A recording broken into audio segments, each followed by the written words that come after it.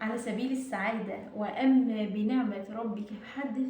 الحمد لله رب العالمين. صباح اليوم الجمعة، ثاني أيام شهر رمضان المبارك. شفت النبي صلى الله عليه وسلم في المنام. ربنا من علي برؤية وجهه الطيب الكريم صلى الله عليه وعلى آله وأصحابه أجمعين. شفته شكله جميل كما في الوصف، شكله طيب ما شاء الله تبارك الله كالبدر. فجأة صحيت من النوم ورجعت تاني انام، فيدوب ما كملتش 3-4 دقايق. هو كان مع الصحابة تقريبا، سيدنا ابو بكر او حد من الصحابة بس مش فاكرة مين بصراحة. وبعدين زي ماسك جمل تقريبا وماشيين مع بعض، وبعدين هم عمالين يتكلموا ويتحدثوا يعني، وانا واقفة عمالة ابص قدام الوجه الشريف، وانا عمالة اقف عمالة ابص له صلى الله عليه وعلى اله واصحابه اجمعين. وبعدين لقيت نفسي صحيت من النوم، فافتكرت ان انا شفت حاجة. ده النبي، ده الرسول صلى الله عليه وسلم، شفته في المنام. قمت طايره من السعاده. هو جاي لي برساله، بس انا مش هقول الرساله دي ايه، رساله تخصني. فصلى الله عليه وسلم جاي لي برساله وانا فهمت المغزى.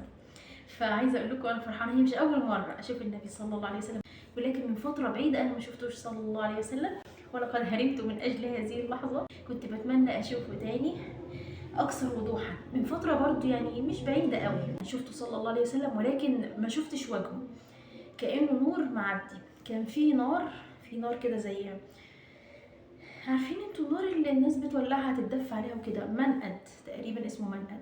ففي النار دي كانت عاليه جدا جدا.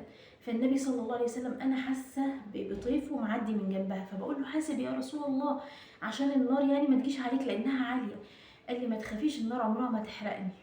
وبعدين اول ما عدى من جنب النار صلى الله عليه وسلم، طبعا انا شايفه الطيف، لقيت النار هديت وهبطت خالص ما شاء الله تبارك الله. فالنهارده شفت وجهه الطيب الكريم، شعره اسود، وجهه جميل، انفه وحواجبه كل حاجه فيه كما في وصف النبي صلى الله عليه وسلم.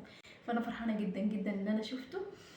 عايزين تشوفوه اكثروا من الصلاه عليه صلى الله عليه وسلم، اتبعوا السنه بتاعته، حبوه. انا بحب النبي صلى الله عليه وسلم وآل بيته، بحب النبي صلى الله عليه وسلم وصحابة النبي وعهد النبي وكل حاجة فيها رائحة النبي صلى الله عليه وسلم. قلبي يذوب عشقا في رسول الله صلى الله عليه وعلى آله وأصحابه أجمعين. والله بحب رسول الله، حبوه صلوا عليه كتير بقى. اللي نفسه يشوفه صلوا عليه. مش انا دايما بكلمكم عن الصلاه على النبي صلى الله عليه وسلم، مش دايما اقول لكم يا جماعه سحر، يا جماعه معجزه، يا جماعه النبي صلى الله عليه وسلم يستاهل نصلي عليه، يستاهل نطلب من رب العالمين الثناء عليه في الملأ الاعلى. اللهم صل وسلم وبارك عليك يا حبيبي يا رسول الله ويا شفيعي يا رسول الله. صلوا على النبي صلى الله عليه وسلم. الصلاه على النبي فيها حب الله وامتثال لامره، وفيها حب رسول الله صلى الله عليه وسلم، فيها تفريج الكرب وكفايه الهم. اكثروا من الصلاه على النبي صلى الله عليه وسلم في رمضان، وشوفوا الخيرات العظيمة، وهتكون سبب فتح أبواب الدعاء عليك وأبواب الإجابة بحول الله وقوته. طبعا وأما بنعمة ربك فحدث، ورؤيا النبي صلى الله عليه وسلم من النعم العظيمة. فأنا حبيت إن أنا يعني أبشر إني شفت النبي صلى الله عليه وسلم. فأكتفي بهذا القدر. السلام عليكم ورحمة الله وبركاته.